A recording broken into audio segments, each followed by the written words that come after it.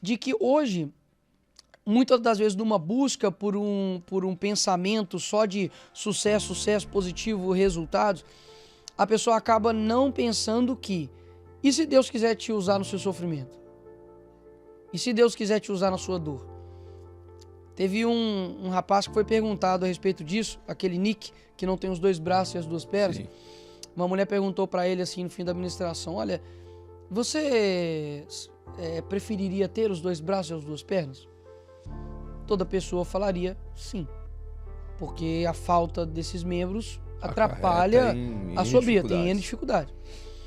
E ele respondeu de uma maneira muito sábia. Ele falou, olha, se não fosse para eu servir a Deus como eu sirvo hoje, eu não gostaria. Esse é o entendimento que uma pessoa tem que ter. Se dessa forma aqui eu sirvo mais ao meu propósito e a Deus, então eu prefiro estar nesse local. Mas esse ambiente nem sempre talvez seja um ambiente de conforto. Pelo contrário, talvez a maioria das vezes não vai ser. Talvez esse momento seja um ambiente de desconforto. Então, olha só, na minha mente, por exemplo, eu fico incomodado, eu fico desconfortável quando eu tô confortável. Então, quando, tipo assim, tá tudo muito quieto, sabe? A tropa de elite, esse burro tá parado demais. Aí você vai lá com uma peruca. Eu falo, exato, eu falo assim, poxa, vamos animar esse parlamento aqui, sabe?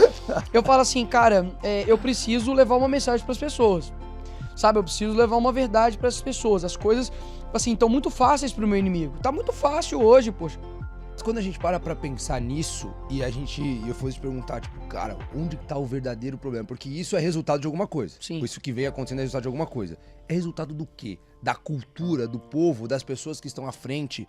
O que acarretou nisso? Porque assim, eu, que sou teoricamente leigo na política, eu acho que pra maioria das pessoas é um absurdo a gente em 2023, a gente tá tendo que falar sobre liberdade de expressão, cara. É um negócio muito arcaico ter que discutir isso hoje em dia. Devia ser um negócio já meio que básico para a maioria das pessoas.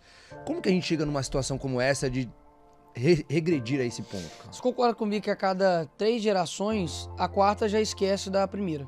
Tá. Ela não teve contato. Ela não tem contato com, por exemplo, hoje, os jovens de hoje, as pessoas, por exemplo, que nasceram em 2010, 2013, eles não lembram do maior escândalo de corrupção que o país já teve, que foi o Mensalão. Talvez fala Mensalão, a pessoa nem sabe o que é.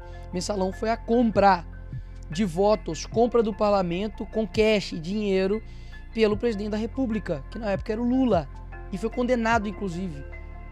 E as pessoas esquecem disso. As pessoas em 2013, 2014, elas invadiram o Congresso. As pessoas estavam revoltadas, sabe por quê, Vinícius? Por conta do aumento de passagem de 20 centavos. Hoje, a passagem deve ter aumentado, sei lá, R$2, R$3, e não há revolta alguma. Aquelas mesmas pessoas que estavam na Copa do Mundo revoltadas por conta de não ter saúde, não ter educação, não ter segurança, mas ia ter Copa do Mundo, hoje estão ao lado deste governo que na época gastou milhões de reais para construir estádios, mas que morria gente em leito de hospital.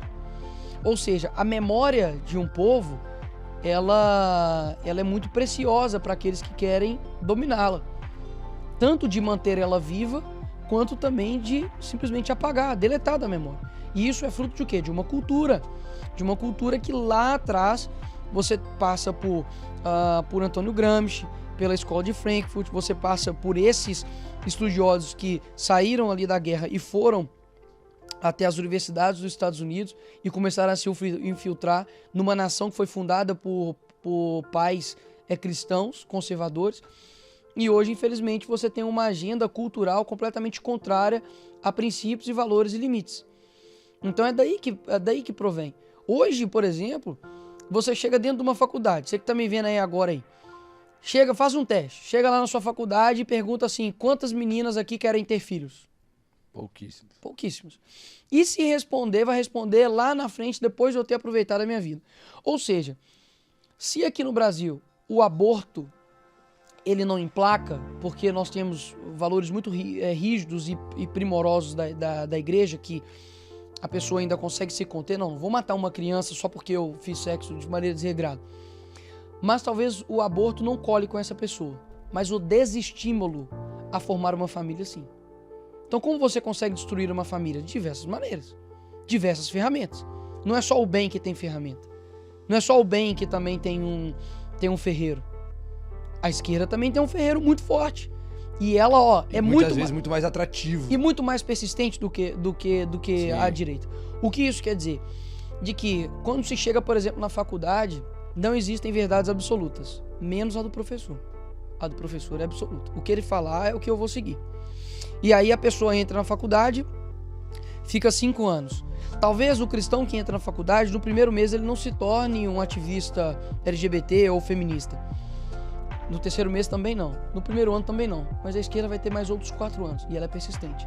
Ela baixa todo dia. Um dia você pode estar fraco espiritualmente. Um dia talvez você está fraco emocionalmente.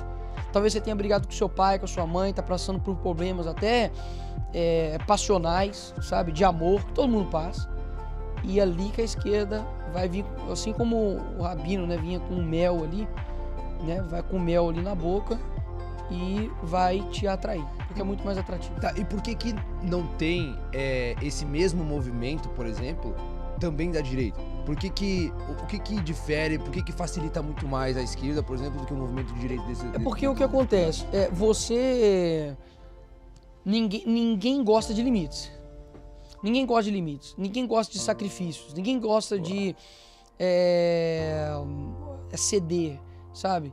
E acredito que as propostas da esquerda, elas são muito mais atrativas, porque elas não possuem nenhum tipo de responsabilidade, pelo contrário. Se você acha que você, por exemplo, não é bonita, a culpa não é que talvez você ou não se cuida, etc. É porque a outra quer impor um modelo de beleza. Porque eu não sou próspero. Mas por quê? Porque a sociedade inteira ela é capitalista e me escraviza. Mas porque eu não consigo achar um bom marido pra mim. Não é porque você não se dá o respeito ou você não é atrativa pra homens retos. É porque a sociedade inteira é patriarcal e oprime a mulher. Então é muito fácil. Quando você não consegue abaixar, é muito menos esforço, poxa. Como você vai salvar o mundo? Você assumindo as suas responsabilidades individuais? Não, batendo palma pro sol. Como você vai fugir, você vai resolver seus problemas e os encarando? Não, você vai fumar maconha, você vai esquecer deles. Ou senão você vai reunir numa roda de amigos, vai beber, vai se entregar aos seus prazeres e assim você vai esquecer dos seus problemas. É muito mais fácil, mas é muito mais perigoso as consequências. Isso aí, o preço é muito mais caro lá na frente. A curto prazo, Vinícius, tem uma frase muito interessante que diz o seguinte: por conta de prazeres passageiros, enfrentam-se grandes tormentas.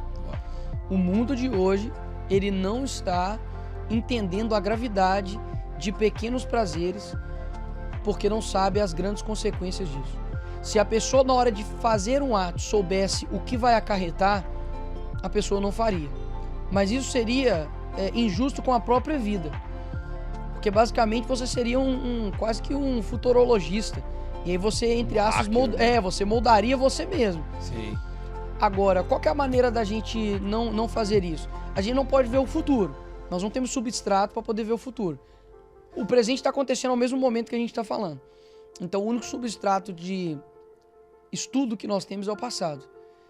Então, o sábio, de fato, ele precisa olhar o passado. De entender o que aconteceu com as pessoas que tomaram tal decisões. Você não precisa cometer um crime para saber qual vai ser a consequência disso. Olha para trás. Mas e o que fez o Nicolas, por exemplo, assumir uma outra direção? Por que afastou o Nicolas de um caminho como esse, Cara, eu fui criado em um lar cristão, onde meu pai e minha mãe nunca deixaram o diálogo ser fechado e o questionamento ser cerceado. Pelo contrário, meus pais sempre me incentivaram a questionar, até eles mesmos.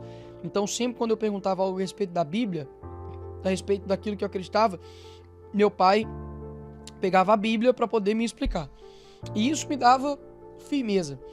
E quando eu olhava o exemplo do meu pai e da minha mãe, isso me fazia recusar as propostas que eu não conhecia. Então, por exemplo, você sempre compra um morango. O morango é gostoso, o morango é bom, nunca te deu problema de saúde. Ou seja, tudo bem comprar. mas talvez o preço dele é mais caro, mas nunca te deu problema. Certo dia você chega no supermercado, tem um cara vendendo morango por 1/10 do preço. Aparentemente parece a mesma coisa, aparentemente parece ter o mesmo sabor, Só que mais barato. só que muito mais barato. Ó. E aí você compra e passa mal e vai ter que gastar com o médico, etc. Eu nunca quis passar esse risco. Então eu falava que não, isso aqui é bem melhor. Eu já sei que isso aqui dá certo. Esse novo aqui eu não sei se dá certo. E isso é o que um conservador faz. Ele conserva aquilo que é bom. Então por que eu vou me arriscar em uma nova aventura, sendo que eu não sei as consequências daquilo dali? Isso não quer dizer que eu sou o contrário à evolução, no sentido tecnológico, ao progresso, a coisas novas. Pelo contrário.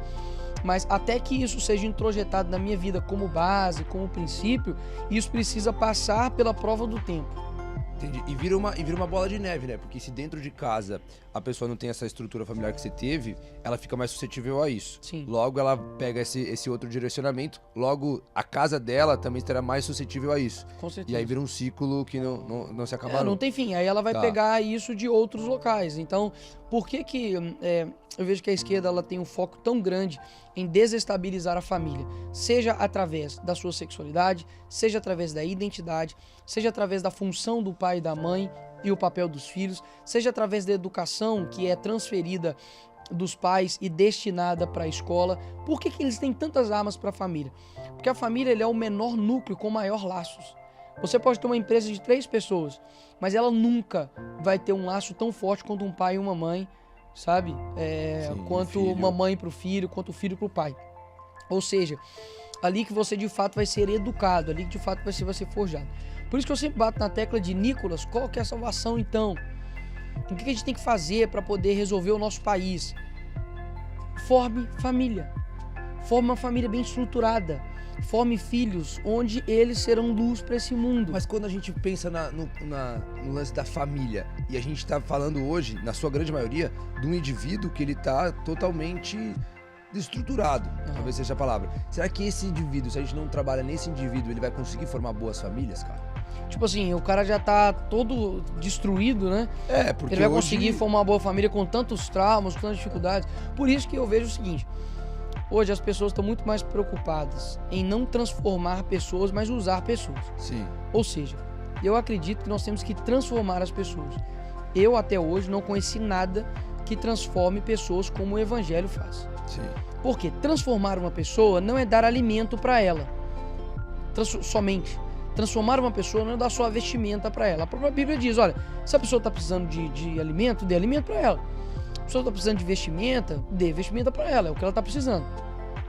Mas somente o Evangelho consegue te transformar.